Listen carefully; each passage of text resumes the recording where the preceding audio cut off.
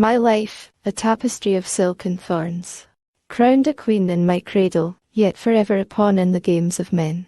Betrayal, ambition, and love all intertwined in a tragic dance. I long for peace, for a kingdom of my own, but fate seems determined to keep me tethered to a gilded cage. I am Mary, Queen of Scots, and my story is far from over.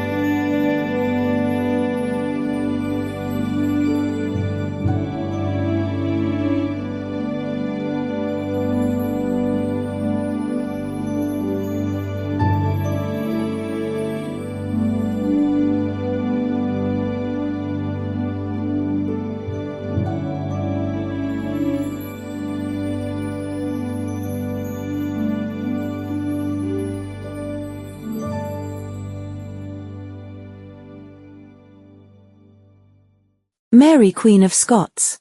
A Life of Tragedy and Intrigue. Mary Queen of Scots was a captivating figure who straddled the tumultuous world of 16th-century Europe. Her life was a tapestry woven with threads of royal lineage, political ambition, religious conflict, and ultimately, a tragic demise. A queen from birth. Born in December 1542 at Linlithgow Palace in Scotland, Mary was the only legitimate child of King James V and his wife, Mary of Guise. Just 6 days after her birth, her father died, leaving the infant Mary as Queen of Scots. Due to the turbulent political climate and the threat of English influence, Mary was sent to France at the age of 5 to be raised at the French court. The French connection. Mary's upbringing in France shaped her deeply. She absorbed the culture, language, and etiquette of the French court. She was educated in the classics, learned to dance and play music, and received a comprehensive training in statecraft. In 1559, at the age of 16, Mary married the Dauphin of France, Francis, securing the alliance between France and Scotland. When Francis ascended the throne as King Francis II in 1559, Mary became Queen Consort of France. However, Francis's reign was short-lived. He died in 1560, leaving Mary widowed and facing the prospect of returning to her homeland. In 1561, she landed in Scotland, a country she had barely known. A troubled reign, Mary's reign in Scotland was marked by conflict and instability. She faced challenges from the Protestant lords who opposed her Catholic faith, her attempts to impose Catholicism on a largely Protestant nation, and the looming threat of English interference. Mary also made a number of controversial decisions, including her marriage to her cousin, Lord Darnley, a weak and ambitious figure. The murder of Darnley and the rise of Bothwell, the marriage to Darnley proved disastrous. The king, jealous of Mary's growing influence and suspicious of her relationship with her close advisor, James Hepburn, Earl of Bothwell, plotted her assassination. However, a group of conspirators, including Bothwell, killed Darnley in February 1567. The death of Darnley led to accusations of Mary's involvement in the murder. Despite her denials, the scandal surrounding the event tarnished her reputation and fueled the ambitions of her enemies. In May 1567, Mary married Bothwell, but their union intensified the political turmoil.